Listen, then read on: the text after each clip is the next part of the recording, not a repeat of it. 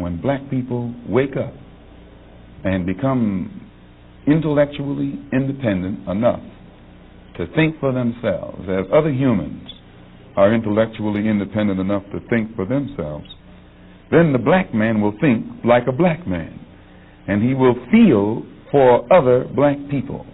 And this new thinking and feeling will cause black people to stick together. Truth seekers, please understand, Mental Dialogue is much more than just a talk show. Each and every Saturday, we communicate with you for two reasons: to dialogue and connect. On the dialogue side, we cater to you intellectual outcasts who feel you have no place for honest discourse on race, sex, culture, and African American business.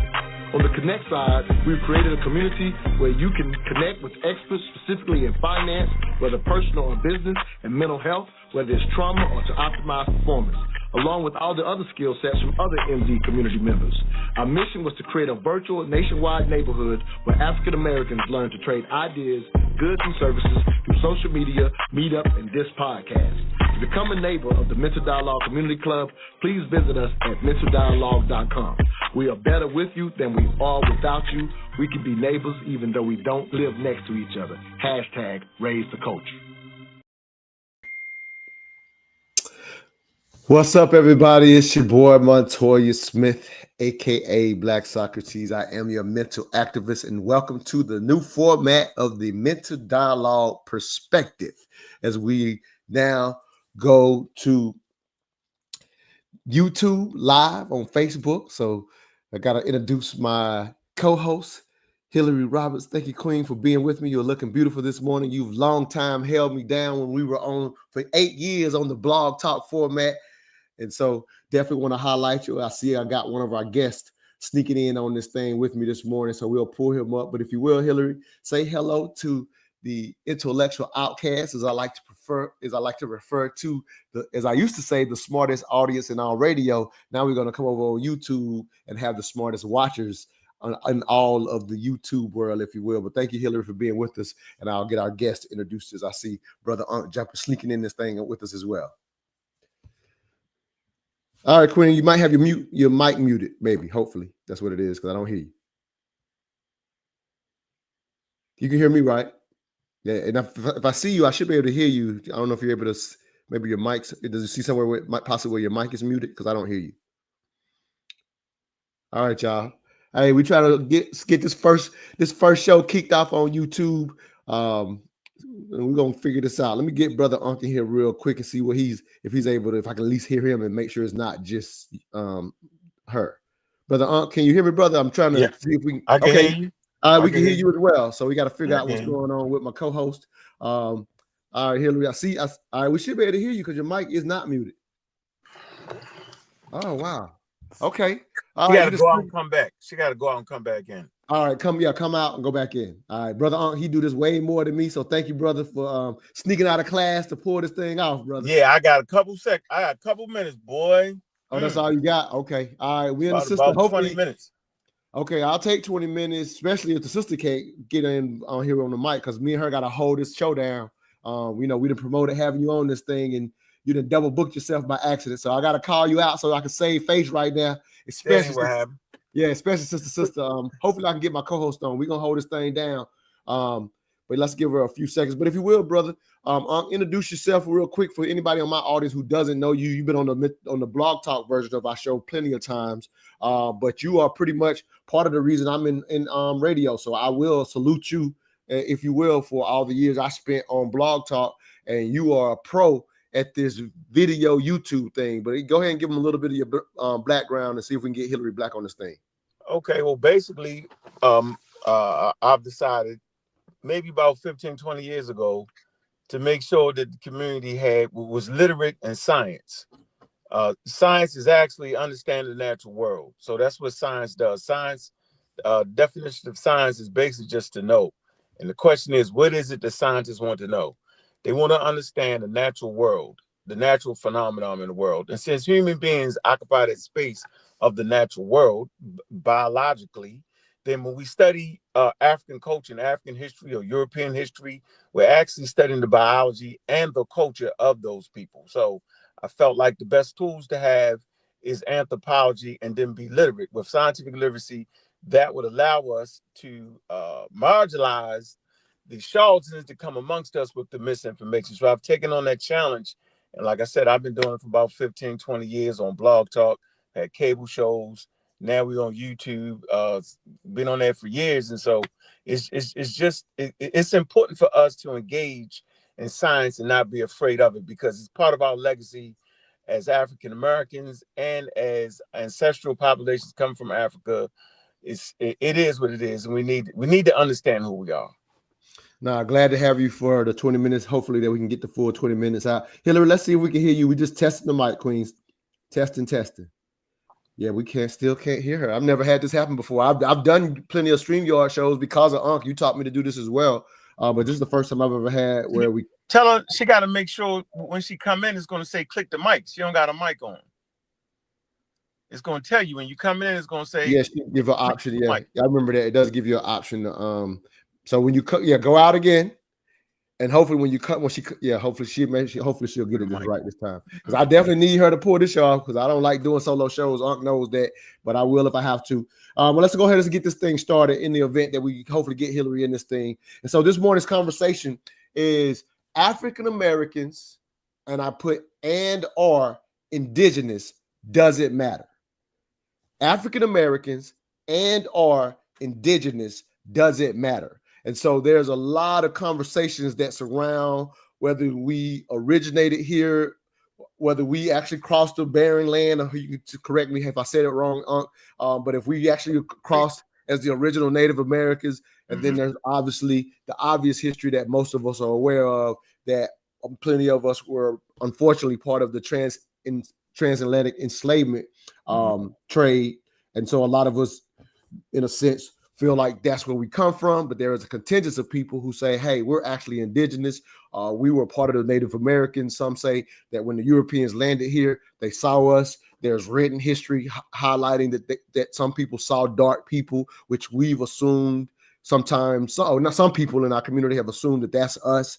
And so there's different dialogues. There's the DNA genetics, which you are, I would say, one of the best enthusiasts I know when it comes to that, which is why I wanted to have you on for this show. And so there's a lot of conversations around this, if you will. And so that's what we're talking about today. And again, I hope I can get Hillary on here because I have Unc for a short period of time. But what I'll do to get this thing started is I'm going to show the post that actually made this show happen. When I was planning on bringing back the Mental Dialogue perspective to the YouTube, I wasn't going to start with this particular show, but I put up a post earlier, about a week ago, and it made a lot of noise. And so I want to literally show that post, and let's start the show here if we can. All right, so I'm going to share this post and read it to you, and Uncle, I'll let you give a response as you hear it. So I simply put up maybe a little over a week ago, the truth is African Americans are not indigenous to America. Unfortunately, for some, our trauma has us misguided on our ancestral map. Being proud of something you are not is not pride at all. And I always put my hashtag, just my 3 cents. Brother, Unc, I don't know if you actually saw that post, but if it's your first time hearing it, or if you saw it, I just want to hear your response to it. Then I'll explain what I mean myself, because as you know, I'm into psychology. That's why I specifically use the word trauma. But just what's your response to hearing that possibly for the first time? Well, that makes me recognize that anybody that will respond negatively to that means they don't have the understanding of Homo sapiens sapiens, nor do they have the understanding of humans. They're about maybe 12 different archaic humans that may have resided on Earth approximately around the same time. And we know this based off of the work of Charles Darwin. A lot of people reject the work of Charles Darwin. I know African Americans reject the work of Charles Darwin because of the color of his skin and the distrust and disdain we have for colonialism and scientific racism. All these things are fair, and that's going to kind of feed into your part. But at the end of the day, the only way to catch them cheating is to be able to evaluate the things that they're saying. There's no other way to do it. Because you could trick me with the quick, fast responses, and you can trick me with the misunderstanding of scientific literature and nature. But what you can't do is you can't trick me if I understand how to get to that point. So the question is, where do humans start at? Based off of the work of Charles Darwin, he's one of the first people that started it's called the Outer Africa theory. So he's the first person to purport that human beings, in any rather than any other place, they used to talk about Asia. The biblical text talks about Asia, Turkey, in that particular region. The Garden of Eden, okay, it's not in Africa. Other texts talked about mystical places like the land of Mu. But Charles Darwin, based off his fossil finds that he found in Africa, said that humans would be more closely related to the anthropoid apes, right? That they would share a common ancestor in this particular region. Now, at this particular point in time, he had not actually found ancient humans yet. What he did find was some ancient apes, okay? And he said we would be closely related to this oldest form right here. And voila, he made a scientific prediction. Years later, they actually found that to be true. So most people promote, yes, we're the first to walk upright, we're the first humans, black people are the original. And they say it with strength and vigor. And then they'll say, we are the original Americans. The two do not go hand in hand. Because we know that the human population started in Africa. And over time, they migrated out of Africa. And the reason they migrated out of Africa was weather change, food supplies, because humans are hunter-gatherers. They hunt and they gather food. Okay, but what food are they gathering? We're omnivores. Okay, and the omnivores will follow the carnivores, and the carnivores will follow the herbivores, and the herbivores will follow the grasses and the grains. What I'm basically saying is, as the food supply of grasses and grains move based off of certain climatic events, the animals that will eat the grasses and grains, the pack of they will move with it because they're searching for food. They're excellent at finding food sources. Animals aren't just standing around. There's no food, okay? Because they eat they're particular eaters. They eat particular foods. And so as these grass and grains move back and forth based off of the changing of the Green Sahara, whatever, the animals will follow it. And so they migrate out of Africa. It's not like they even know they're in Africa. This is another point. We apply our understanding of what we know today on those ancient people. They had no idea, bro. So as they migrate over time, they end up in America, and they don't even know they're in America over these thousands of years. And over these thousands of years, as they migrate, they end up in different environments. And different environments will produce a different skin color based off their diet, based off of needing protection from the harmful UVA rays. And just it's called evolution, natural selection. There's certain genes randomly will be selected that will help the organism to give rise to valuable offspring. It's all about passing your genes forward. So this process is called natural selection, evolution by way of natural selection. And if you do not understand what I just said, you will always make the mistake in seeing a person that may look like you, I'm saying, but actually is not you. So I'm telling you now, this show we're doing right now, as you look at the panel, you actually don't know. You don't, genetically speaking, you really don't know who you are until you would take that test. So the mistake is this. We always think because people have browner skin or darker skin, that we're the same people. So you could actually come to Americas, those colonial powers, see people with brown or dark skin and make the mistake in thinking that they was Africans from the continent of Africa. That would not be true. These people skin range based off of being in areas of high radiation that will cause you to need protection from the harmful UVA rays that will slow down birth rates. This is important in this whole conversation. So I wouldn't expect most people even to get that, not even a little bit. And they will fight based off of people looking the same, which is really convergent evolution, meaning you can find somebody look just like you on the other side of the map, look just like you think that was you. That would not be you. I'm saying you're actually being tricked by evolution, and that would not be you. So that's basically, Montoya, the whole summarizing of why they make the mistake. Because yes, you can find people in Australia, you can find people in the Americas, in the Adam and Eve's island with dark skin and peppercorn hair, and they have no relation to you, that they're more closely related to populations in Asia. And I'm gonna finish with this, Montoya. On the continent of Africa, it's a vast area. There's a lot of different populations in Africa. And these different ancestral populations may not even be related to each other like we think. I'm saying that if you took a group of 10 different populations in Africa, and one of those 10 left out of Africa, right, and migrated and mated and started to expand, by the time they come back in Africa, that particular population is more closely related to the outside population than the actual population in Africa. So I'm telling you that there's groups in Africa, okay, that are more closely related to people outside than within Africa itself. But see, this is evolution.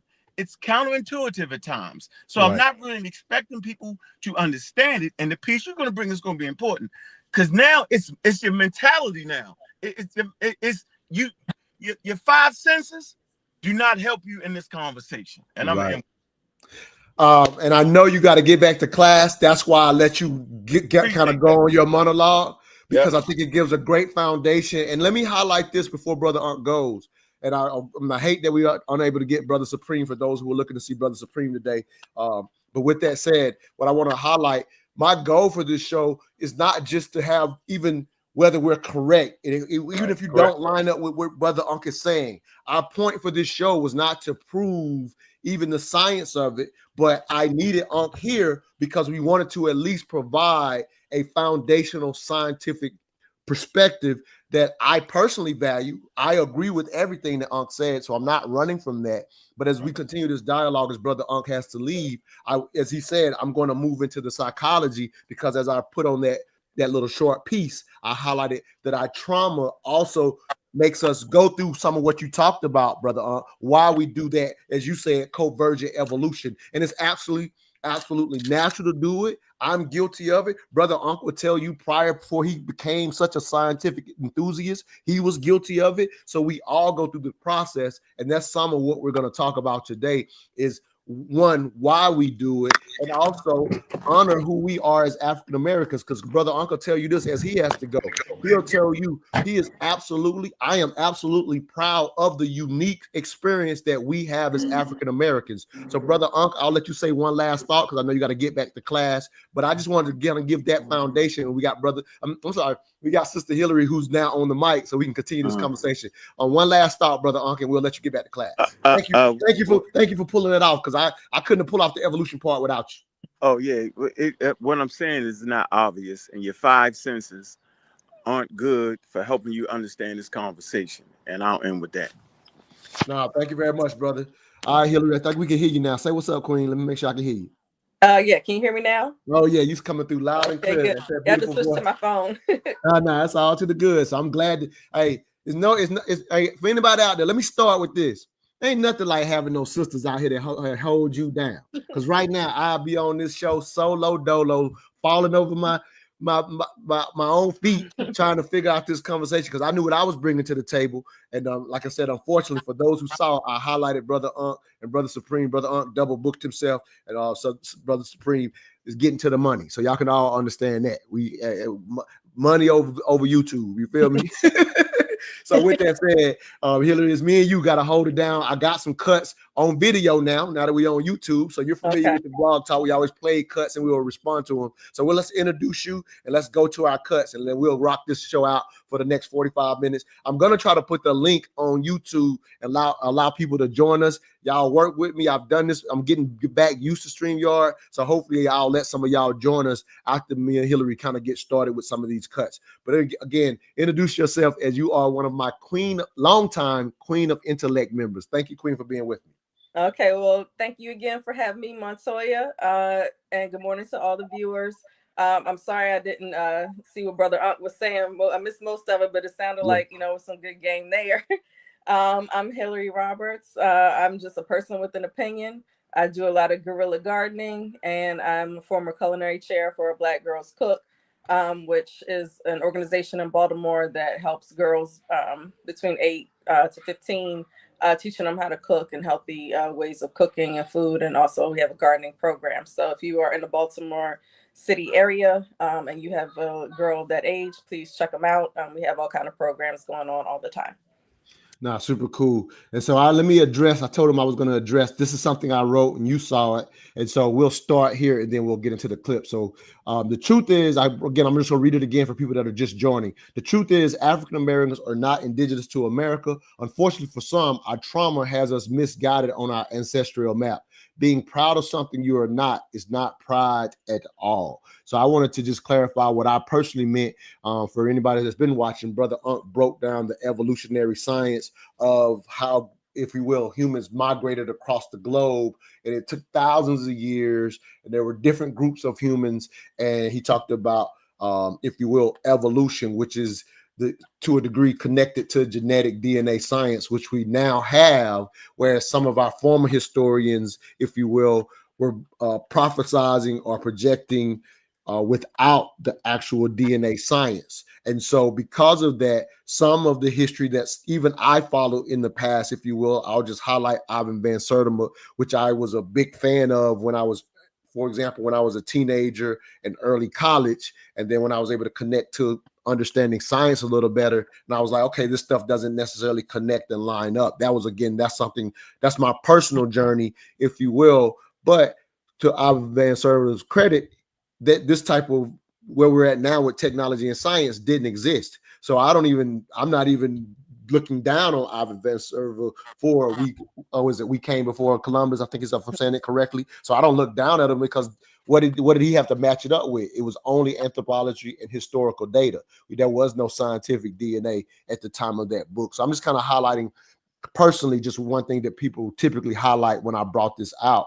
But I also wanted to highlight when I was talking about the trauma, it's our own African American experience of having been disconnected to our history. Obviously, we know why, intentionally. Because of that, we've experienced, I would say, some historical trauma that sometimes makes us not want to connect to the fact that a lot of our ancestors came from Africa in the transatlantic enslavement trade. Like, that is factual for most of us. When you start connecting genetic science, DNA science to that ends up being factual for most of us.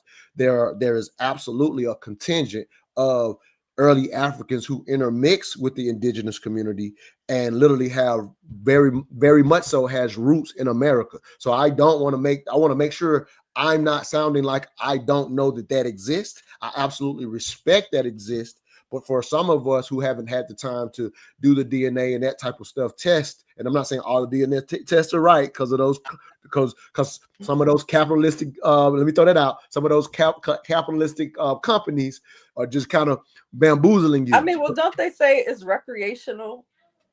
Like for those companies, like, absolutely have to. They have to. It's not for real. Yeah, they have to. They have to because they know they bullshitting. Yeah, good point. Great point. I'm kind of instead of me monologuing, go ahead and jump in because you responded to my post as well. But I was just trying to give some clarity because one thing that I always highlight for people: mean education is not real education. So even when I make a meme, there's context that can't be said. So I'm giving some of the context right now. But go ahead and jump in, Queen, to what I had to say, and then we're gonna definitely get into these cuts. Yeah, well, I mean, I'm not. I guess I haven't like researched it further, or certainly wouldn't use like 23andMe as a way to discredit whatever Dr. Ivan Van Sertima was saying. But I mean, I've been to Africa. You know, they were like, well, if you are in the ocean, they're like, you got to be careful. He was my former father-in-law. He was like, you get in there. He was like, the tide will take you back home.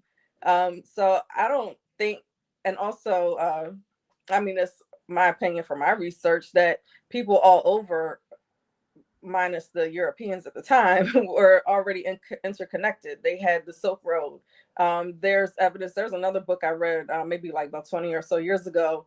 I think it was called 1402. It was about how Chinese people had circumnavigated the globe. So, I mean, there was already like communication, interaction between other people. And when that happens, you know, people start mixing together. So I feel like, especially when you see those 23andMe's and they'll be like, oh, you're this much Nigerian. I mean, I've never taken a test because I don't want them to have my DNA, but it'll tell you like, you're this much Nigerian or this much, you know, Cameroonian.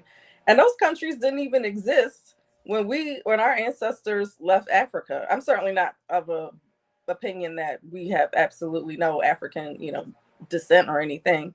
I think that's true. But I guess I'm more in the camp of it doesn't matter so much anyway, because what makes Black Americans is our historical, struggle that we've been through together. So it doesn't even matter. Even if we were exactly 100% the same, we're a whole different ethnic group within, the diaspora. Absolutely, definitely unique group, and unique from this standpoint. And we're gonna highlight that as we go through these cuts. So let me just kind of jump to these cuts. Let me see if I can see if any comments. Again, I'm trying to work through this, y'all. I'm trying to get used to the StreamYard thing. I'm using it for our politically conscious show, but we don't necessarily. I want to eventually try to bring some people on, so I want to kind of play around and see if I can figure that out. Somebody says you can be a fan. Just put that book in the fiction section. That's what our Queen Jolanda Zachary says. I would agree with you, Queen, based on further research and what I've learned since being a fan of that book. So I would personally agree with you. And again, it's not about who's right or wrong as far as this conversation goes. I want to have a dialogue about, if you will, that trauma. Because of the trauma and the unique experience, that's where Hillary, and I agree with Hillary, we lean towards our experience being unique. But I think we still, is, in my opinion, we smartly can connect that unique history that makes us unique. We still, in my opinion, can pay homage to our African ancestors who unfortunately survived that transatlantic Holocaust, and just saying that we are connected. I say to a degree, some of our trauma makes people try to disconnect to it for a lot of reasons. And in an effort to disconnect to it, I think to a degree we can play ourselves on what's practical for today versus what's not. Like this conversation itself could be an argument of who's trying to prove those scientific facts. How does it serve us today? That's what the conversation I want to have today more than anything. Let's play this first cut and keep this thing moving, Queen. All right, y'all work with me. Here's the first cut, and I'll get you to come out of this and get your first response to it. Here we go. African Americans are a completely unique phenomenon as a people. Who they are culturally, what their history is, what their experience is, isn't duplicated anywhere on earth. You don't know where you came from. You don't know what country you came from. You don't know what culture you came from. You don't know what language you came from. You don't know what your religion was before. You, like I've said before, you're more American than anyone because you don't have any other identity.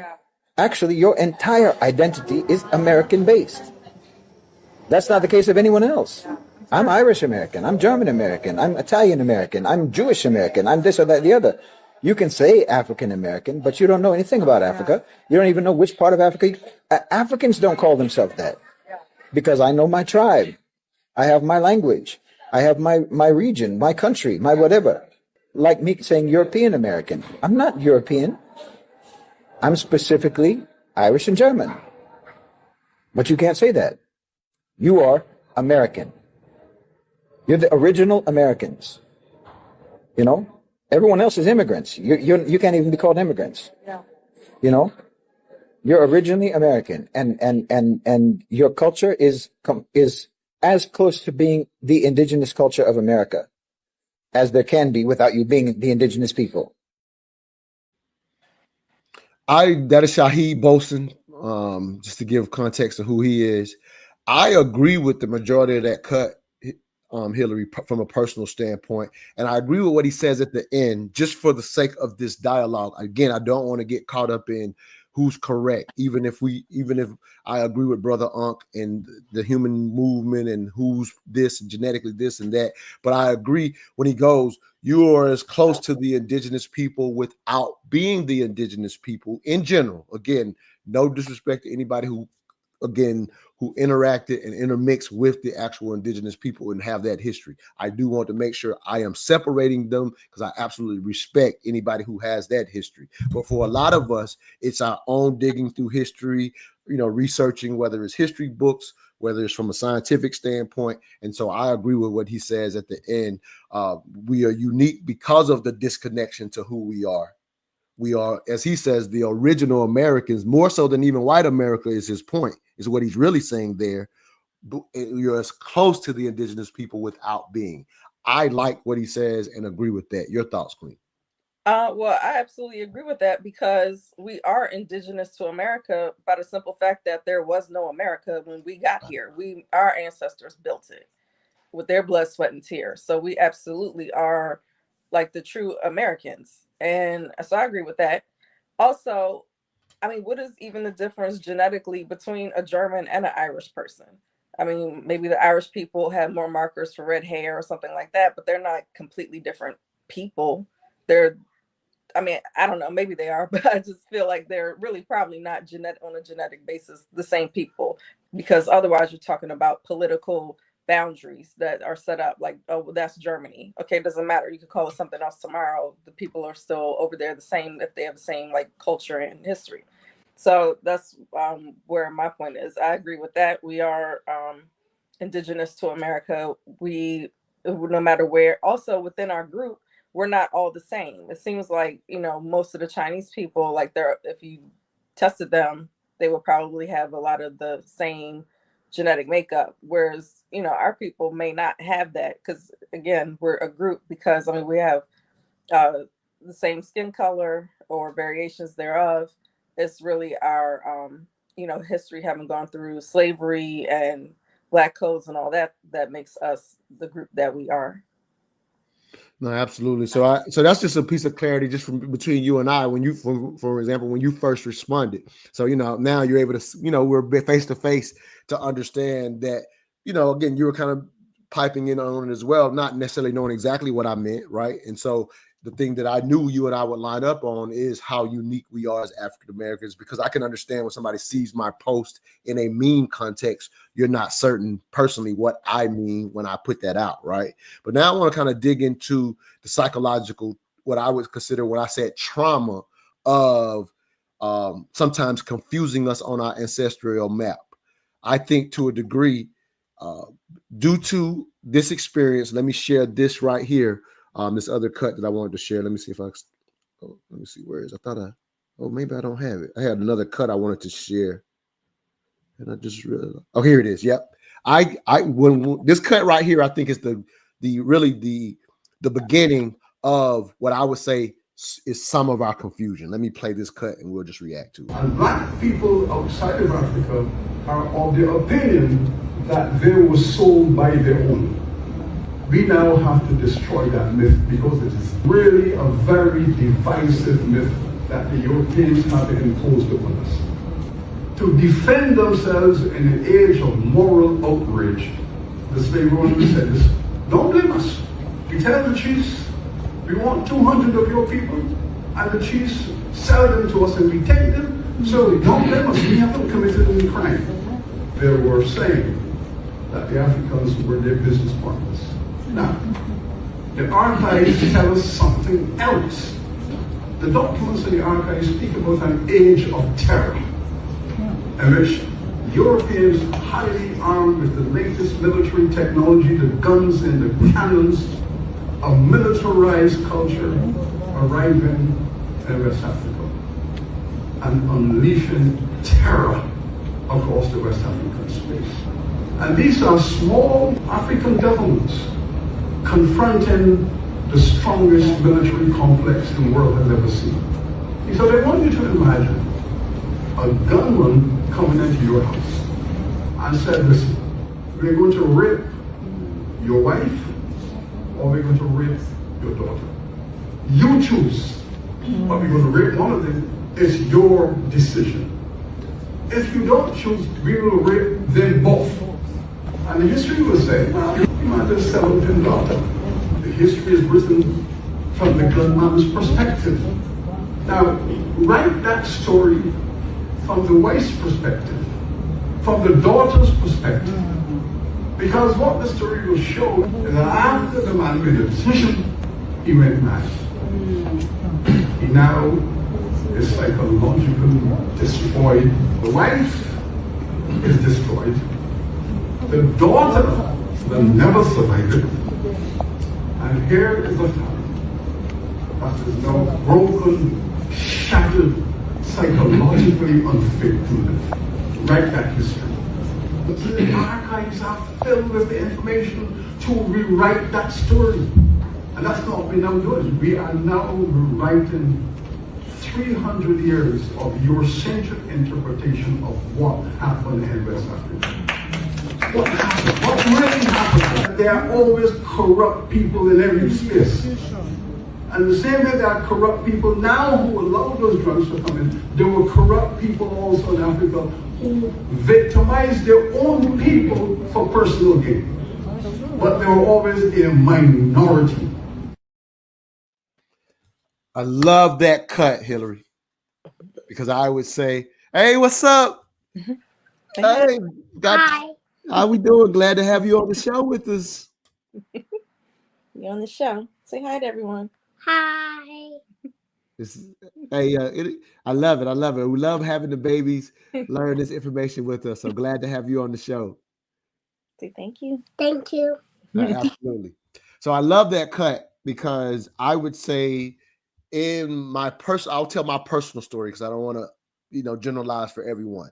But an experience that my experience is similar for a lot of us as African Americans, which is if you went through the public education system, right, to a degree, you're not going to see enough of us, right, just in that system within itself.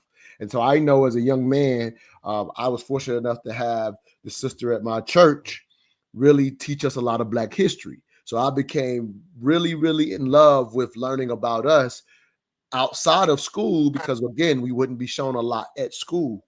And so because I always had that love, over time, you get exposed to our story versus his story, right? And in that exposure, you're like, hey, there's a lot they're not telling us, right? That's like, this is just, I think my experience is a lot of our experience. So when you start realizing, one, there's things that are not being told, and then you start going, oh, I was told this in school, and this is actually, not only did I not get told this, but this lets me know that information I learned in school, some of it was actually incorrect. So at that point, you psychologically, as a young Black person, not seeing enough of yourself, and I highlight when I say not seeing enough of yourself. So what happens is, generally speaking, in the public education system, if parents do not assist the public education, your Black children, us as Black children, we would Don't not know anything. we would not be properly esteemed, because while you highlighted our unique history, prior to this cut of us, in a sense, building this country, the story is not told in the way in which we are ingrained. It's why Carter G. Woodson started Negro History Week. He never would have wanted a month because it was just American history. That's how Carter G. Woodson understood that history. He just thought America needed to acknowledge all of these actual facts and historical things that we had done, and thought it would simply be included in the curriculum. Of course, that's not what happened. We end up getting a Black History Month instead, right? So I'm saying a lot here, but I'm just walking us through the psychology of this. So when you discover that some of those things are not factual, I went through a period where anything I read from a Black person now was factual. I was a young person. I'm a teenager, right? So that became factual, and I disregarded any history I learned in school because I know I just kind of made a sweeping conclusion. That's all lies. So I think this is a natural process for all of us. And then I was fortunate enough to go to college and get exposed even more to the library. And so instead of doing the work I had been done at school, in my very difficult engineering school, I wasn't an engineer, but they just made us take a lot of damn engineering classes. So I'm struggling through those classes. And so instead of studying that as much, I'm still in the library getting exposed to Ball and getting exposed to, Chica Cool, all these different people, because all these books, I never had been in a library this big. Mm-hmm. So I'm studying over here reading and learning about us. I got known at my majority white military school for being the one who knows history. So, or whatever. I even got a nickname related to that because I studied history so much. I loved it to that degree. So in that journey, I started disregarding anything I was taught in regular school. As I highlighted, Ivan Van Sertable was something that I valued and loved their book. We were here first. We were everywhere first. Like we talk about the currents and how I could have followed the currents to absolutely get here and that type of thing. I'm speaking that as gospel. Then I got into science, which was Brother Unk here earlier, and I was like, oh, let's merge different things. history with science, and anthropology with science, that type of thing. So in that emergence, I started realizing, oh, some of this is debunked because it doesn't hold up with some of the new emerging science. So that was just my personal journey. What that taught me was I can't just accept anybody's stories coming from them, quote unquote, them, or even just our own. I became much more of a critical thinker. So I give that long story because what the clip that we just saw, in my opinion, highlights what some of us as African American in our own uniqueness struggle with. Because in the public education system, your daughter, again, I know you're not going to allow her to be, controlled, molded by them, but if you didn't involve yourself at all, Hillary, she would go through 12 years and just get told she's a slave. That she was a slave. That's all she'll be told. So when that's where the public education system lands you as an African American and our children as African Americans, that's how you can easily be upset, quote unquote, that Africans sold Africans. It's a intentional divergence to what actually happened in order for us to be disconnected to our African brothers and sisters. They want us to be disconnected, just like when they brought a lot of our ancestors over to make sure they wouldn't keep the tribes together because they didn't want any connections. It was all done intentionally. And sometimes, even to this day, we're unaware of those intentions. And so we actually look at our African brothers and sisters as different. Again, we have a unique experience, but that difference was intentionally put there. And I wanted to highlight that cut because that's why I'll say something silly like African souls or our African brothers sold us. We'll say that without other context. Go ahead, Queen. I mean, I guess it's complex because, like he was saying, yeah, there are some groups that really did do that, and then there was some there was Queen and Zenga, like they fought against slavery once they realized what exactly was happening. They didn't know what was happening, or to the extent, and in their mind, because slavery obviously has existed since time immemorial. Don't do that, baby. Since time immemorial, but not in the iteration of how chattel slavery was. So there certainly were people that fought against it, certainly groups that were terrorized by Europeans, and they were warring with other people anyway. All right, we'll go ahead and take them. And there were groups that were actively involved, and they didn't care even if they knew or didn't know what exactly was going on. And I say that because I've been to slave castles and they had little cutouts, windows in the top where Africans were listening in to make sure, to keep track if anybody was trying to, foment any kind of rebellion or anything like that. So absolutely, they certainly were involved. But, the thing is, they never did come to get us. They never did do that. And I don't even see from their side how they're really linking up now. I've had Africans, say y'all are slaves or we're slaves and things of that nature. I mean, it could be, they might hear negative propaganda about us too. But if I can highlight, it ain't that they may be here. That's what I would like. That's part of the dialogue, part of the dialogue. And we've had conversations about how Africans and African Americans see one another. And I've had people, if you will, from both sides and people that have grown up and, here and went back there and that type of thing. And in these conversations, what you absolutely discover is the intentional propaganda of how they see us and how intentional propaganda of how we see them is. Once you understand that intentionality, then you have a better understanding, quote unquote, for why there is a divide. And the word that you used that I feel was the most beautiful was when you said complex. When you get better at saying, I want to be more exact in what I'm learning. And again, not accepting really anyone's story, just understanding that his story is a perspective. It is someone's perspective. And so when you don't, and I'm not saying you did this, but when it's not connected to a scientific methodology for accurate, what's the word? Accurate, for being accurate, if you will. When it's not connected, then what happens is you have to be aware of whose history and whose perspective you're learning from. And so that's where there would absolutely be a connection if we wasn't buying into the propaganda. Because as that brother said, that the complex history is all groups have done what he just mentioned. What he mentioned was that he says it's a minority of those who are, quote unquote, I'll just use this as to make it quick, the slave catchers. They absolutely did exist, right? The absolute slave catchers that whatever, they were in battle with another group and they made agreements with the Europeans for guns. And now that I got these guns and these Europeans can't go into inner Africa because of their skin color, we'll go do it for you. I'm not devoid of that being a history, but I'll tell you, when I let the propaganda lead me when I'm younger, I learned that, and I'm mad at my African brothers because in my young mind, without being accurate, I'm generalizing and saying,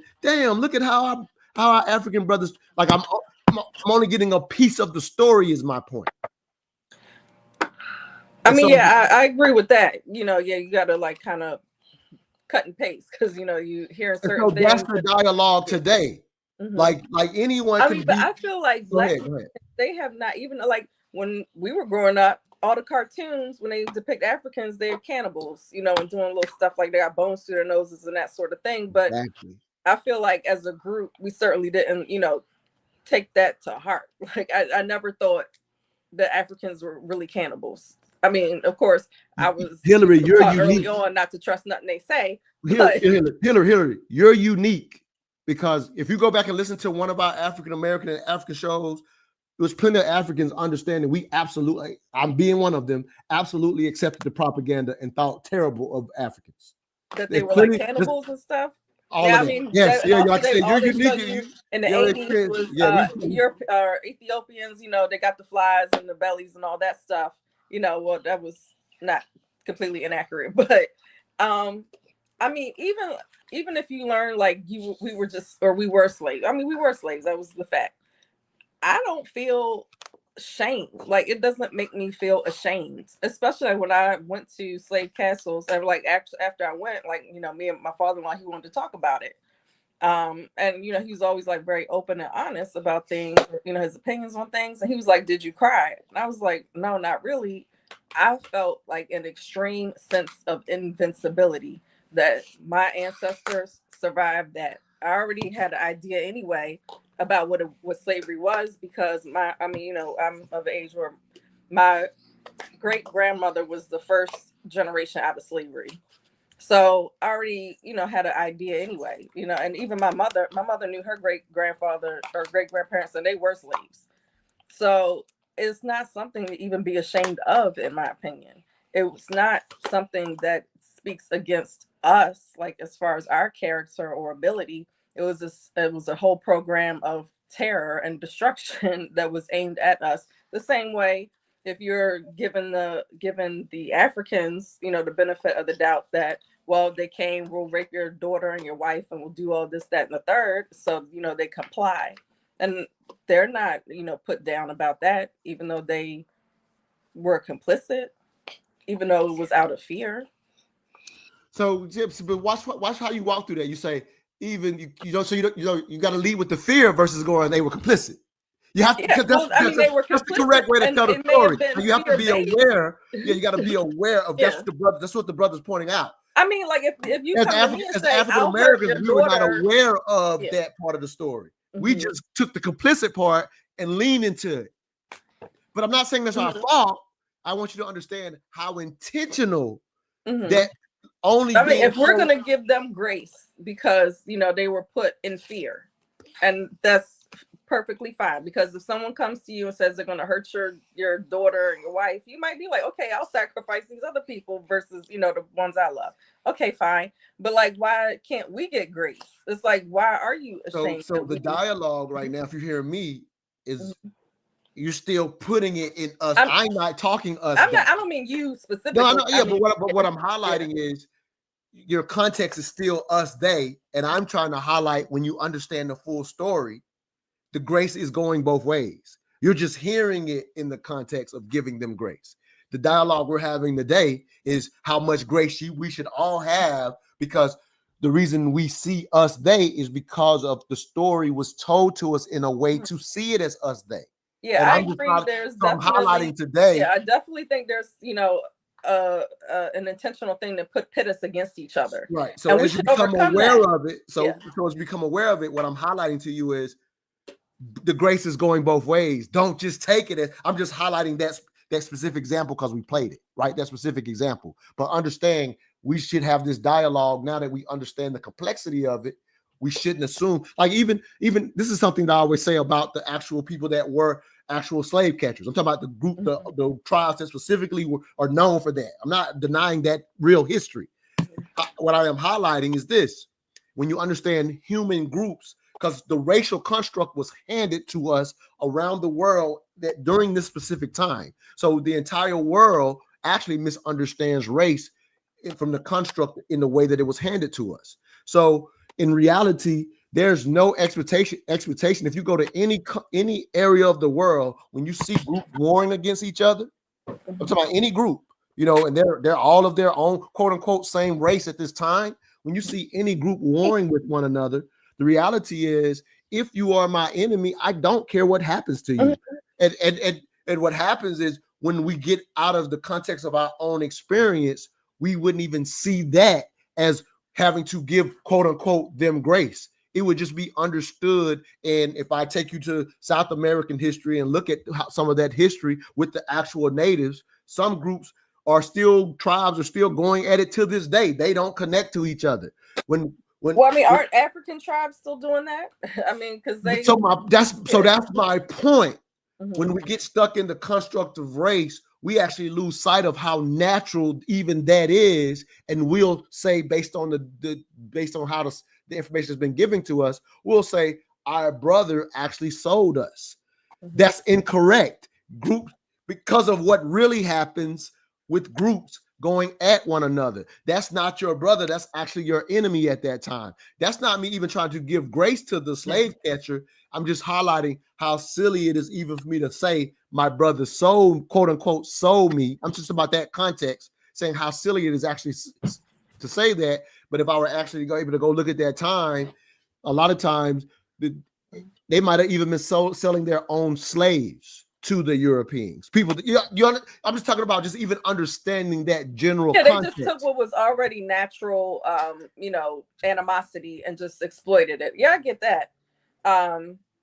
So then, are they our brothers? I mean, so they're not our brothers. Then is that what you're saying? So what I'm really highlighting is the racial construct. Or also the animosity wasn't based on race. That wasn't a thing. It didn't exist. So it wasn't even that.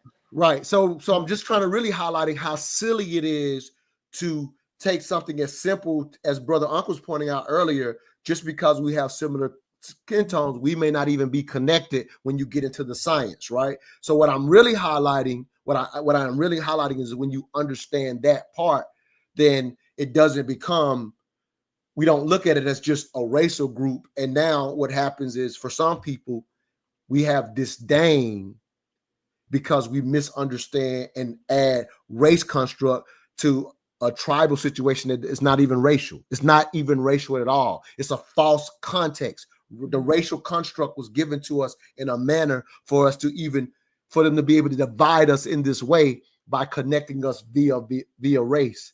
When in fact, it could have been two tribes that hated each other that was doing that, and we would understand it. And we understand. If I show you the tribes that hate each other in South America, you wouldn't even look at it that way. We don't go, or if you go to Asian, like there was slavery on the Asian continent, but nobody goes Asian sold Asians. You go find out which tribe did it, and you don't say Asian sold Asians. Like you don't even say that. It's a silly thing to actually say. Yeah, it's something akin to like the black on black crime. Like that's right.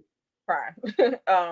So yeah, I agree with that. So bringing it to today then, since in the past, whatever animosity was not based on race, because that wouldn't even make sense.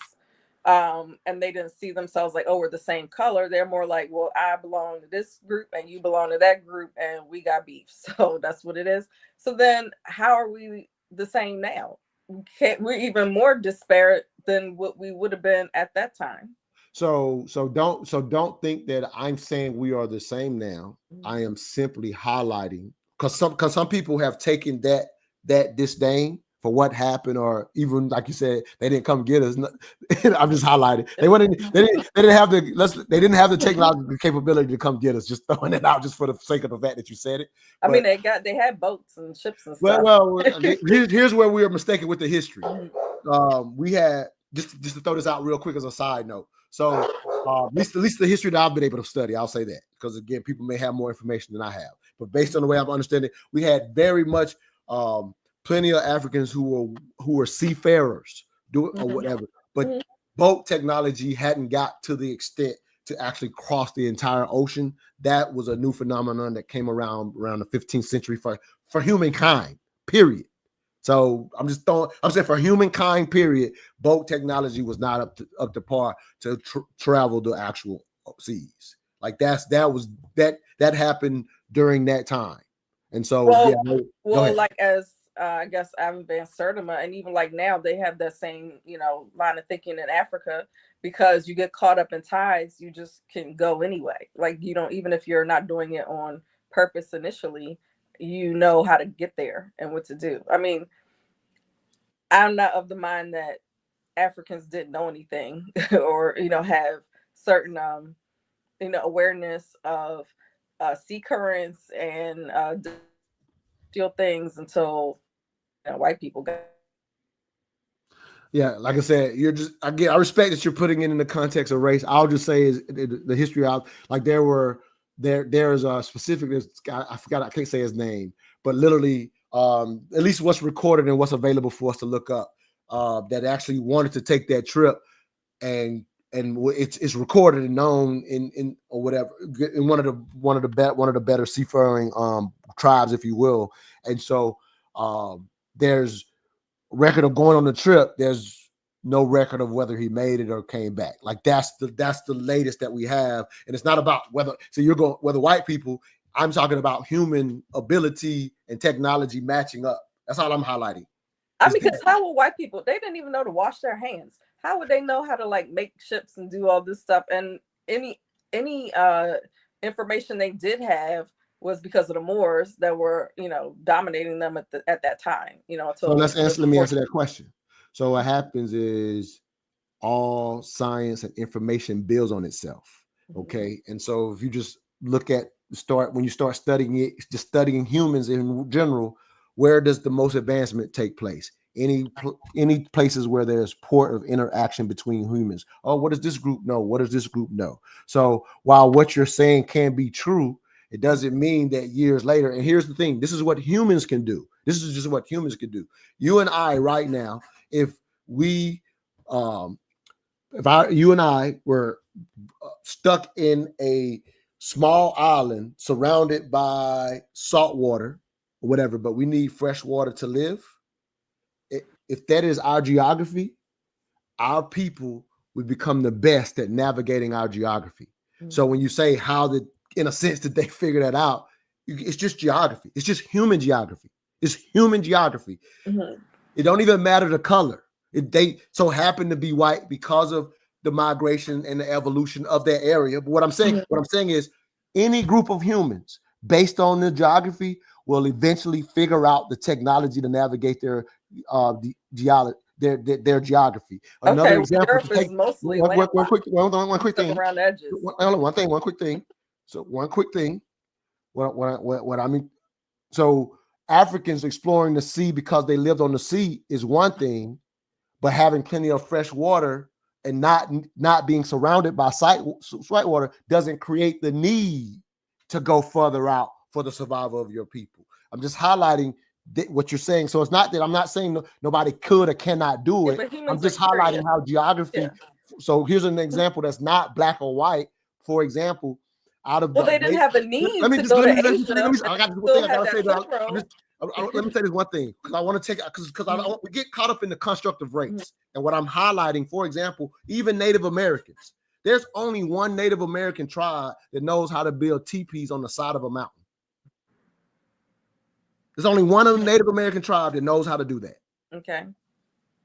They lived in an area where that's where they lived, and they figured out the technology to do it. If I go across this continent, the Native Americans in the East would not know how to do that. So humans, our ingenuity and will And we'll create. figure stuff out. Period. Point blank. It's not a day because of a damn skin But color once thing. you have everything figured out, now you just gonna start being curious, because humans are naturally curious and want to find out things and know things. Like, what need would Africans have to go all the way to Asia for anything? Like, they wouldn't do that, but they did it anyway and have been doing that for centuries, you know, before Marco Polo came across the whole thing. So, even though there was no need, and really, like, I wish you would have caught the brother Unk's part. So there was a need, whether you realize it or not.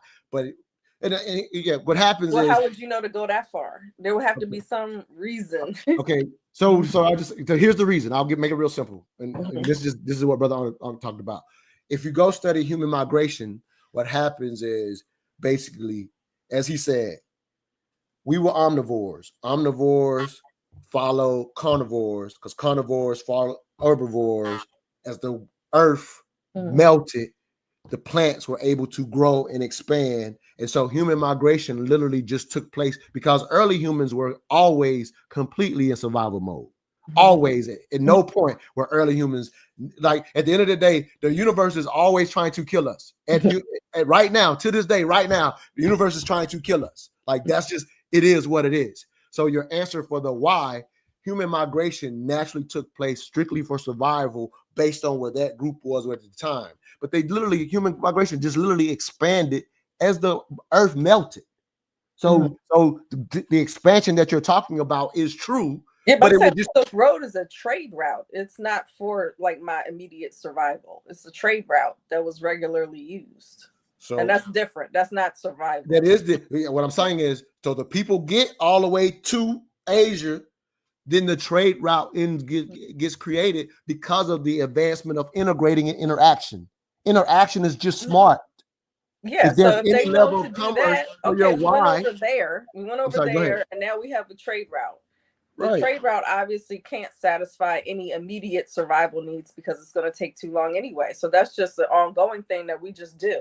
Now we went that way. So, I mean, it would stand to reason, well, I could go this other way too, and there could be something there. And even if I hit an ocean or a body of water, they had capability to at least try to cross it. Well, like I said, there's record of a guy attempting. But then suddenly, I mean, like, I'm just saying, I don't. It's not suddenly. Yeah, I don't agree that, like, until, the Spanish people came along and decided to start, traveling all over, and they was the first ones bold enough. And these people didn't even have soap. Okay. Hey, you can. Hey, it's like this. You cannot have soap at one point. Hey, there's people right now in the world that don't have soap. Right. All I'm just highlighting is just because you started doing any kind of innovative because you started at a space. If you end up having the most interaction with other groups, you're going to advance past those groups. That's any group. I'm not like I don't get stuck in race on that. That's just what groups do. Like if you are geographically isolated, you're gonna eventually be behind those that are not. Yeah. Like, that's just what humans do. So I get where you're going, but I'm just highlighting that, at least based on technology, it existed at a certain time. That's just keeping it real. That just is what it is. I get that you don't agree. But, not like spontaneously, Well, I'm not suggesting anything. I mean, like, again, like you said, everything builds on what was before. It slowly builds. So they had nothing, and then now we got the best thing from zero. I don't know why you're calling what I'm saying zero to nothing. That's not what I'm saying at all. I am talking about the incremental technology growth of interaction and science be able to back up. They had not been interacting. That's what I'm saying. They had not been interacting. At this time, they were they had not been interacting. So that's when their civilization. They had not, certainly not as long as other groups. I'm agreeing, Hillary. You're not. So what you're if you go study other groups of history, any group you go study, their most advanced period is when they start interacting. That's any group of history. Every civilization. They have been under the control for 700 years. When they interact is when they advance. That's every group. You don't be focused just on white people. I'm saying any group, their period in history when they have the most advancement in history is when they were interacting. That's any group. So you could be behind today, but when you interact, you actually have the advantage of new technology that exists now. And when you start interacting, that's your advantage whenever you start interacting.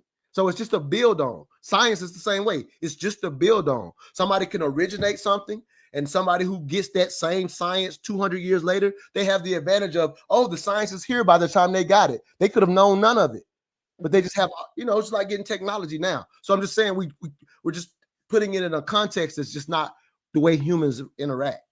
That's important to know. The reason it's important to know is because even in today's conversation, when I say let's make this practical or not. So what happens is we'll go as far as going, well, and this is any humans. Like white people did this when they changed, for example, when they changed the story. The reason they tell history the way they tell it, right, is to say, oh, that was actually us. The science ends up telling us, no, that's not you. And that same thing happens with us sometimes when we look at the history without the science. We'll go, that was us. And the science will say, oh, that's not, you are them. The science now, when you do the DNA genome sequencing, you can find out, oh, that's actually a different group. But no humans on Earth would even known it was a different group until the genome sequencing happens. I'm just saying, for example, in a certain area. But anybody could have made claims to, oh, this civilization did this. That was us. Anybody could have made claims. And then sometimes the science corrects everybody, even because nobody knew until that is done. That's all I'm highlighting, if that even makes sense. Okay. All right, cool. Let's play another cut. And I know you got to get ready to get out of here, so I ain't going to keep you too much longer. I don't know if you can think of a people who were more held back, more deprived, more sabotaged than African Americans. You took everything away from them and took them away from everything. They started in your country at less than zero, literally regarded and treated as subhuman, not allowed to learn to read or write or anything for hundreds of years. But you see, they come from a people of accomplishment to one degree or another, not a people of piracy and theft and appropriation. They come from a people who created and built and developed in their own countries, in their own land. And even though you did everything that you could possibly do to suppress them, to hold them down, to hold them back, and you're still doing that until today, nevertheless, I don't think anyone can dispute the fact that African Americans have become a global cultural superpower. And people like this, with a history like this, with a legacy like this, simply cannot be held back. I love that cut, just to, in a sense, kind of close out the show, because at the end of the day, whether we buy into the divisive, because again, that's kind of obviously what I'm focused on, that in a sense, how we see ourselves different, I think is intentionally divisive. And a lot of times information that we have out of context, it's not me saying that we're absolutely the same as our African, brothers and sisters, but I am highlighting that connection is very real. And sometimes we can get so upset that we'll be like, we're not like them. And we see these conversations, right? Like there's the FBA, Foundational Black Americans, which for example, personally, the part that I agree with is, for example, I'm a fan of reparations. I think reparations, and I'm talking about from a legal standpoint, you are with the advent of DNA science, you can figure out who actually has the ancestry for example, who reparations should go to, right?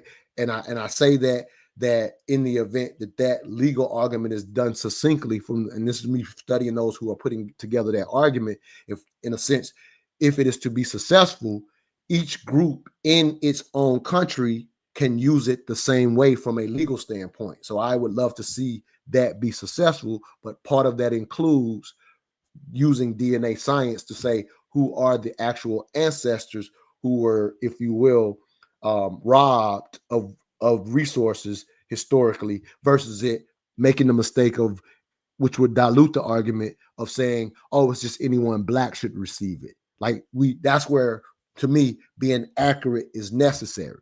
Well, it's right? not necessarily the DNA that you would use. You just use your lineage, like documentation, because I mean, contrary to popular belief, like we were very well documented because they had to have records when they sold us. They had to have records when they insured us.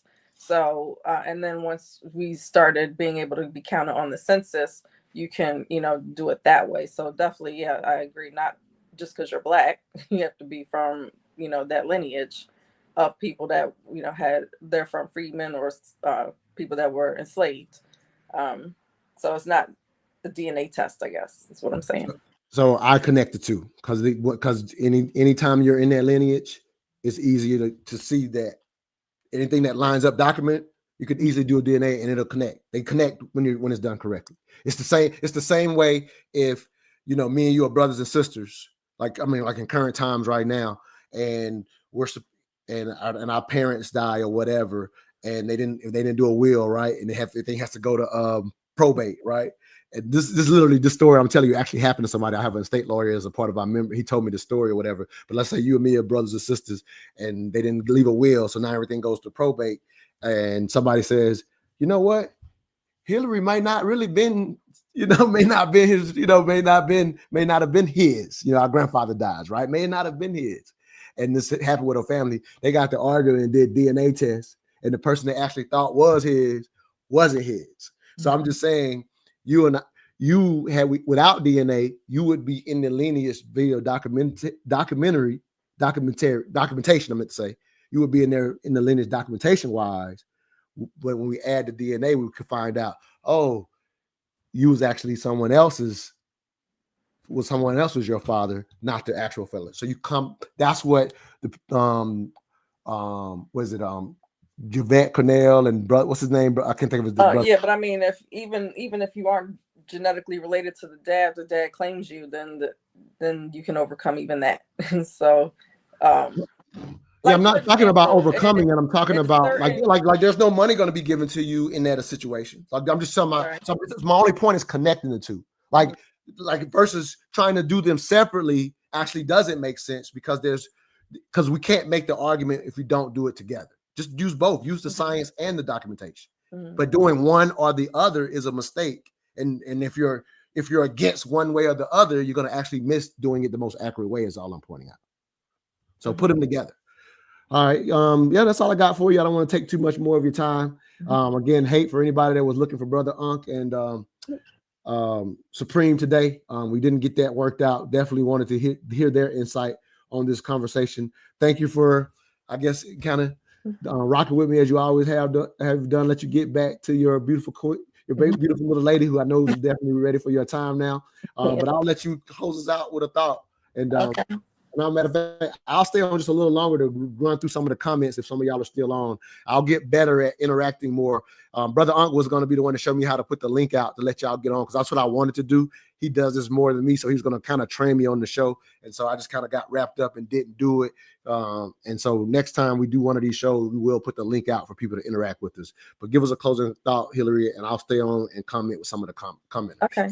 I mean, if you want, I can stay on with the comments. Okay, cool. Yeah, let's see. I just want to see if some of these comments, because I want to be better at being interactive. Because our previous show on Blog Talk, people could just call in, so it's super simple. So I want to get better. Yeah, I like that. Doing all that. I hope I could hold it down. I'm sorry, that the other two gentlemen weren't able to. I was looking forward to, seeing what they had to say about things. So I hope I, was able to fill in and do a good job, without them. But as far as my final thoughts, I mean, as far as us being like I've never like referred to myself as an African American. Like I just see us as like Black Americans. We are, it doesn't matter if however much we are the same with other people. Like we're basically essentially like our own tribe, how other people have their own tribes. And it's our cultural and historical legacy that is what makes us like who we are. We have, obviously a racial categorization too. But that's what that is. Yeah. All right. So it looks like Yolanda and Corey, they were kind of going back and forth. So we'll read a little bit of this and we'll give a response and then we'll get out this thing.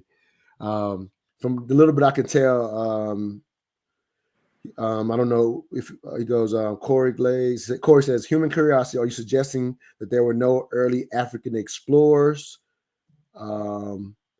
And just to give you clarity, he asked that actually just at the top of the hour, so he's not that long ago. Okay, I'm just looking at the time on this.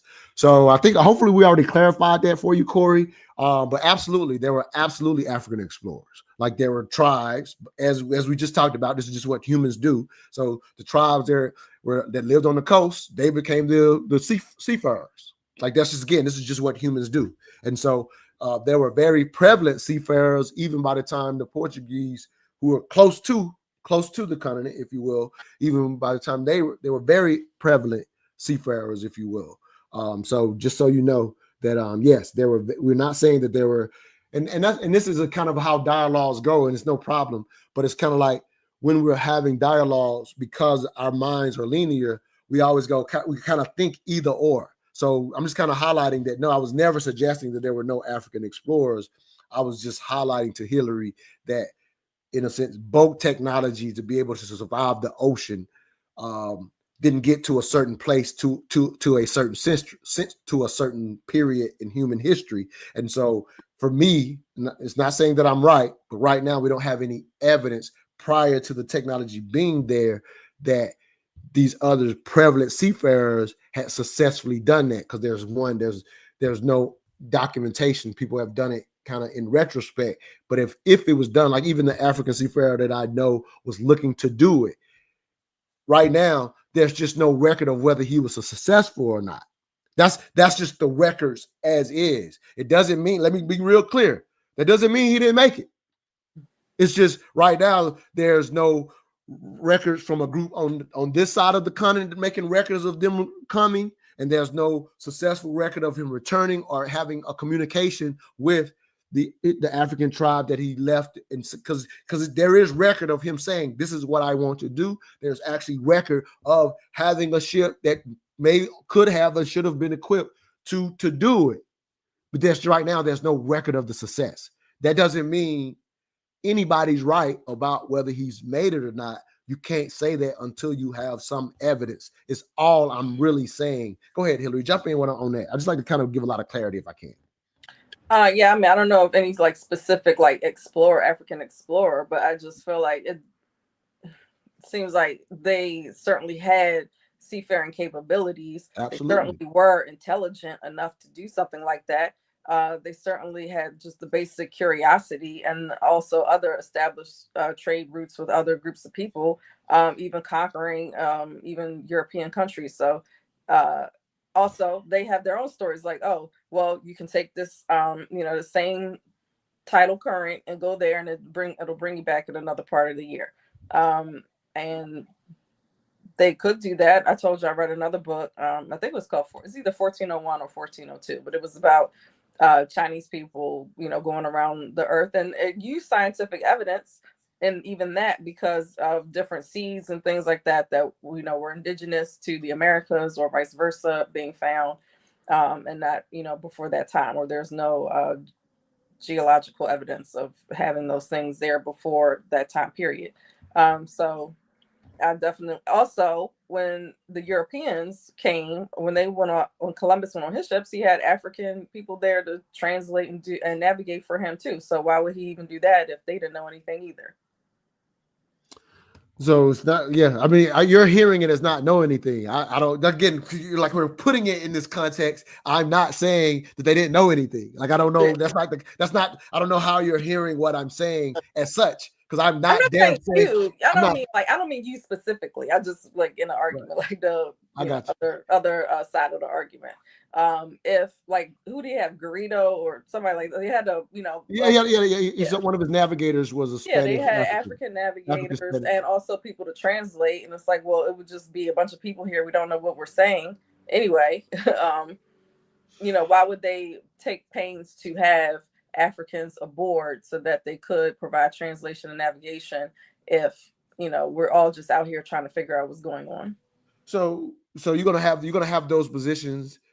The first, you have those people in position the first time you go to space. I'm just like, you're just like, it was just like, we just don't. I'm just saying we put it in a context just to kind of make it. I mean, to specifically go get them, especially because their whole goal, because they were connected with the Catholic Church, it wasn't just to find spices. They don't even use spices now. So it wasn't to find spices. That wasn't the reason. they wanted to have a program of slavery and establish those colonies and things like that. Like they knew what they were going to do. They didn't just get over here and was like, oh, okay, well, we can just go ahead and establish a colony. Because even if they were trying to find a route to India, they weren't saying we're going to go to India and start colonizing. So why are you putting it together? I think you're putting some of that together in retrospect, in my personal opinion. Like I think you're taking what happened, and what happened was Columbus went out allegedly to find a new trade route to India for spices. That's what they tell you in school. Yeah, go ahead. Okay. Well, they don't tell you in school is that he had Africans aboard specifically for navigation and translation. Why would he need that? So the reason you need so at that point there's because no also at that time go ahead. They put the Moors out. They put the Africans out of Spain. So they were beefing with them. They had all those wars. So why would you go and specifically get them for that specific purpose, not just to have a crew, crew members or whatever, just for those purposes? So here's the answer to that. Here's an answer to that. Mm-hmm. So there's never a point where you don't have that position, even if it's your.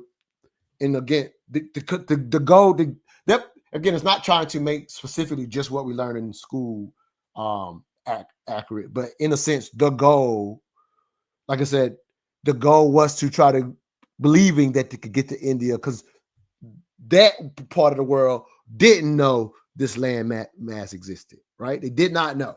They're just attempting to make this exploration. Like Columbus literally died, not in a sense knowing he hadn't reached India.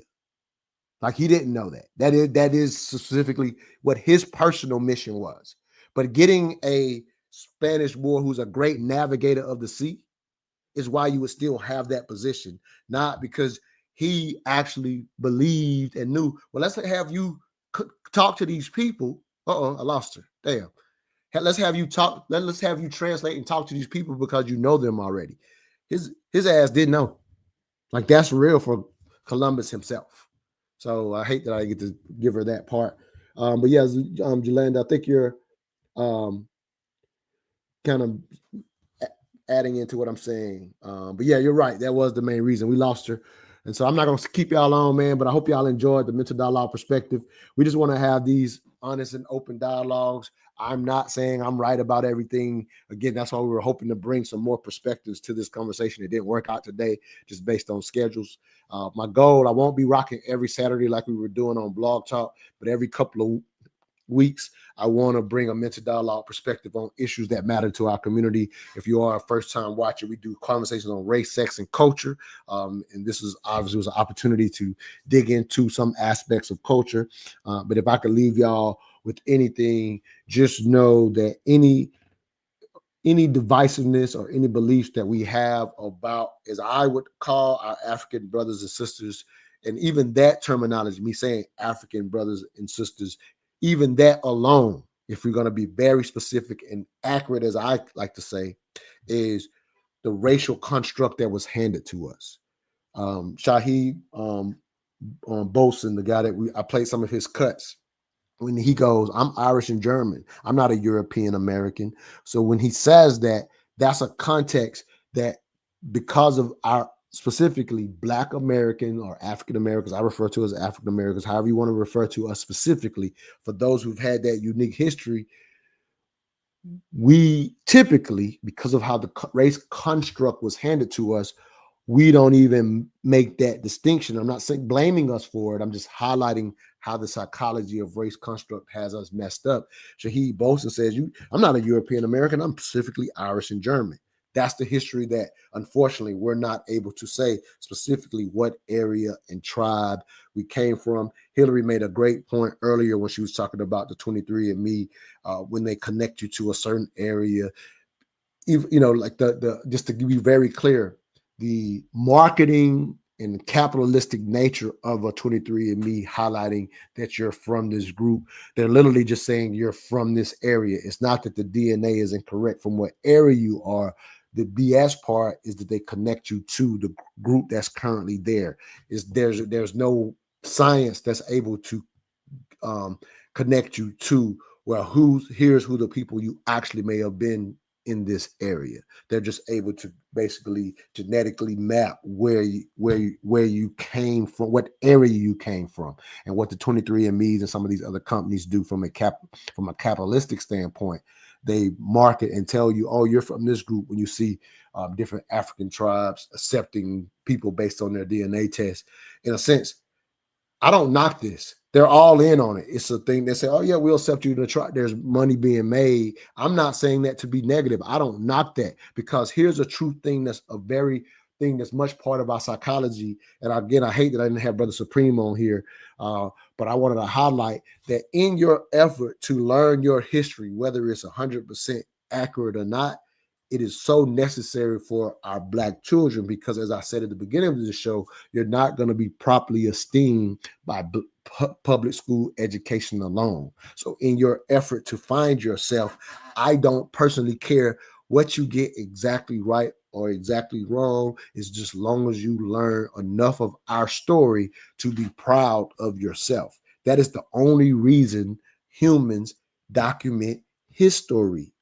And every documentation of his story is from the perspective of that person, or as they say, only the winners write history, if you will. There is some reality to that. So just understand that any group that, if in a sense that is the victor, their perspective on his story is going to tell the best of what happened in our history. You tell the best of what happened in your history because you want your future lineage to have something to be proud of, and how this all connects. And this is why all countries, all groups tell their history, is because you want your lineage, your descendants, to be connected and something to be proud of, because one day you may have to defend this group. And if you do not tell your lineage that your actual story, they'd have no reason to be connected to, quote unquote,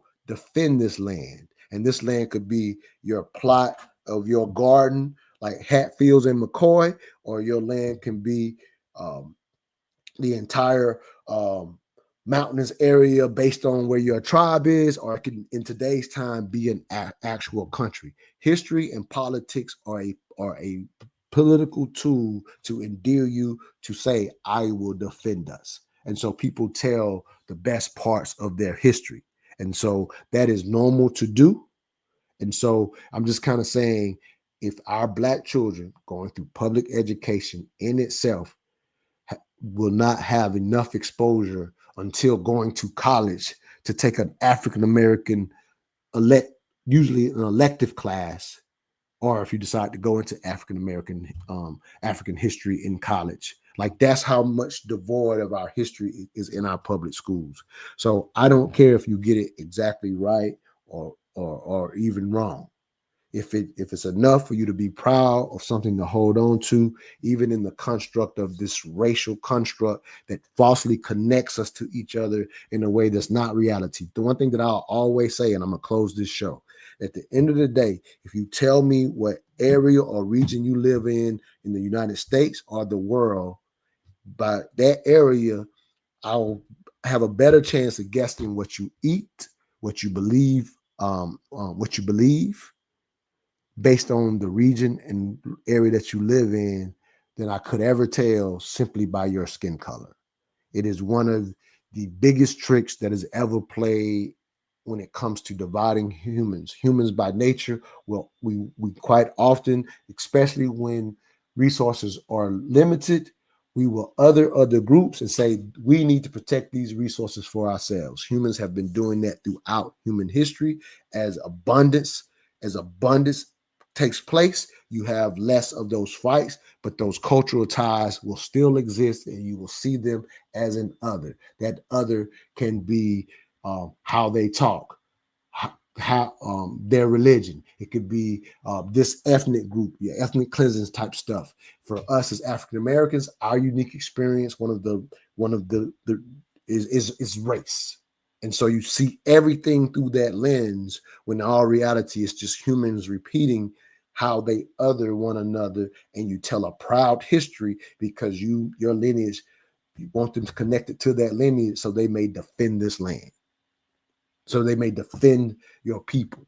You do that inside of your own nuclear families. In your nuclear families, if you and I, some sister out there, if you and I are married and there's a tumultuous histories with our brothers and sisters, we don't tell our children the tumultuous history because we don't want to traumatize them with the tumultuous stuff. But anybody in our lineage that did something to be proud of, or they became a certain, a doctor or an engineer or an NFL player, everybody in the family highlights that good stuff to say that you're connected to that genealogy. We're not going to say that, well, he's successfully married now, but one time he was charged with this or charged with that. Like, no one tells that horrific history because that doesn't endear you to your lineage or your culture. So just kind of breaking down some perspectives. I see one last thought here. It says, in the Western Hemisphere, from Canada to Argentina, the Caribbean Blackness is shared history. Indigenous is shared history. We have that particularly. All right, I respect that, Dan. I definitely can agree with that. One thing that I didn't talk about, just to give y'all another little piece of information, I hope y'all will go look up some of what I'm saying, because as I was saying to Hillary when she was on, you have to connect some of the historical data and documentation to the science. When you cross connect, you learn a lot. And so I got this one brother. I was hoping he would be in the comments today, but he maybe didn't get a chance to watch. But this is just a little piece of information for y'all to research before we go. So, for example, I got this one brother to say, "Hey, we were globetrotters, out of Africa." Like Brother mentioned at the very beginning, the genetic science backs up, in a sense, humans coming out of Africa. So clearly, we know that, in a sense, those were quote unquote black people, if you will. And if you really follow DNA science, lighter skin mutations really didn't show up until about 12,000 years ago. At the latest, is I think what we currently understand right now. So again, just kind of giving y'all some information y'all can go play around with and go look up some more information, I hope. And so with that said, so some people suggest that original humans were out of Africa and we were globetrotters, and certain, like, for example, we specifically know that the land bearing Beringer, I can't say that, I'm not good at saying that word, was the land that was basically how humans crossed into the Americas, if you will. And so a lot of times people will automatically say, well, that was Africans crossing into Americas, and not knowing that same land that they crossed into the Americas into, if you go look at this, if you look at, don't just go by what I'm telling you. Don't listen to just me. But even that land that connected them, below where they were connected was iced. So the human groups that was actually on the land that ended up being the crossing into the Americas, there was a group of humans that actually spent, I forgot how long, but almost maybe 10,000 years on that, because they didn't cross into the Americas because it was so iced. That actual group, we can do now, you can go do the DNA sciences out there now. That group actually mutated and was different from their ancestors that were in the Siberian region as humans. So they were stuck on that land long enough to actually genetically mutate based on DNA markers into an entirely different group. This is something that Brother Unc was talking about at the beginning of the show, and he couldn't stay on.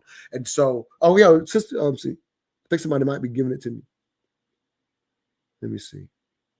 So, okay, I was trying to see if somebody was helping me out in the comments. So just keep in mind, the crossing into the Americas wasn't just humans going from that area and just coming into the Americas. They actually got stuck on the plot of land that now is buried by water, and that's why there's no crossing, right? You have to cross it by water now. But the area of land, when the sea level was low enough, there was a group of humans that lived on that plot of land when the sea level was low enough. Though that is the group that crossed into the Americas, and is who we see as the Native Americans. That in America, United States itself, is only about, I think, only 1.5% of the country. But that 1.5% comes from that group. Oh, Jolanda said, yeah, she's backing me up. She's backing me up. And Jolanda Zachary, she runs with Unc. So I'm really kind of, I just researched this and I wanted to check and make sure I had that. That was something that we didn't get to mention on the show. So I just want to, and this is, for me, it's not proven that Black people were not here. I don't care about that. I do try to be as accurate as possible. And so I'm telling you that part because I just learned it. Getting prepared for this show, I had to do a lot of research because I thought I was going to be able to, as I always call it, mental chess box with Brother Unc, mental chess box with Supreme, mental chess box with Hillary as well. It ended up just being me and her, and I hope y'all enjoyed what we did. So I missed this part of the conversation, but I definitely wanted to leave y'all with that. Go research what I'm telling you. You don't have to take my word for it, but human migration was so slow based on the earth melting, if you will, and some of the necessity of moving into different areas. And Brother Unc highlighted this, groups were mutating to fit the geography. That's why we even have the quote unquote different races that we talk about today. Race is a actually new human phenomenon in the evolutionary period of humans. So because of that, yes, the racial groups prior to the skin mutation being lighter skin coming about based on geography and temperature and that type of thing. So yes, those previous genetic mutations were all quote unquote dark skinned people, but those groups are not necessarily the out of Africa group because now we're talking 100,000 years. Like, just when you connect evolution, connect science, connect history documentation, all of them alone, anthropology, all of them alone can miss the story. Putting it all together is how we've come to be able to tell the human story. And science keeps learning. Okay, I'm sorry, my bad. Thank you, Jolanda. Yeah, when I said different racial groups, she's corrected me. I should have said different ethnic groups is what got developed over this time of evolution. Thank you so much, Jolanda. Again, I want to be corrected. Skin color is only an environmental adaptation. Thank you. She's giving me the game. So yeah, I hope I gave you, if anybody is still listening or watching me or who watches this and gets to this point, those are some of the things we would have got into. Again, not to prove right or wrong of who we are and all that kind of stuff, but I hope the biggest thing that comes out of it, that whether you call yourself Black or African American, don't allow intentional history, someone else's perspective, divide us. And it doesn't, when I say divide us, I'm not saying that we're directly connected. I'm just highlighting the reality too. We have some amazing ancestors that, generally speaking, for most African Americans, that survive the transatlantic enslavement period. And that is something, one, to be proud of. I prefer, because I think language matters. That's why I use enslaved. Somebody, again, for the psychology of understanding the esteeming of our children. Someone taught me that our people were enslaved. They were not slaves. So I'm a big fan of always saying enslaved, because enslaved is something that happened to a people. So when I understand that it happens to a people, then let me say, well, what can I learn about those people? Who were they? Because even our ancestors, if you will, prior to getting caught up and pushed, in those that got pushed into enslavement, they had different skills and trade mindsets, and were different things in their tribes and their groups. And European Americans in this country exploited some of those same skill sets in order to quote unquote, as we say, build America or to thrive in America. Many of our ancestors, they brought what? Watermelon here. They brought, if I remember correctly, okra here. So these are the skill sets that they had, and they figured out how to cultivate it on these grounds or whatever. That's what happens when humans interact, even if it's on an exploitive situation. There's still interaction. There's going to be innovation, and we all understand that those European seafarers, here's one more piece of history a lot of people don't know. The European history, they didn't just take over the Native Americans, the South Americans, and the North Americans since they were just simply because they were ahead in gun technology. The bigger reason that they took over is because, and science tells us this, some of the most healthiest groups of humans, based on being able to check this now, that have ever lived, is that halotype group of Native Americans that crossed into the Americas. They lived off the land, and they didn't die of a lot of things. They died mostly before they had interaction. They mostly died of arthritis, very little disease. They lived off the land. Very healthy groups of people. So what happens is European interaction, people, the way they tell the story that it was the gun, in a sense, that gave them the advantage. Unfortunately, in different areas, up to 80, all the way up to 90% in some areas, the Native Americans were losing their lives because of viruses, smallpox. It was the viruses that took out those populations in order for them to, quote unquote, get conquered, which still took a lot of years, because we know those natives did not allow, if you will, the Europeans just to take over their lands. Yeah, access to the gun was a thing, but when somebody tells their own story, they tell it from a conquering standpoint. They leave out that the natives were losing their lives heavily because they didn't have the immune system on their own to deal with interactions with the Europeans. So that's, in a sense, what even kicked off the transatlantic enslavement trade, because our ancestors had long figured out how to protect themselves from viruses.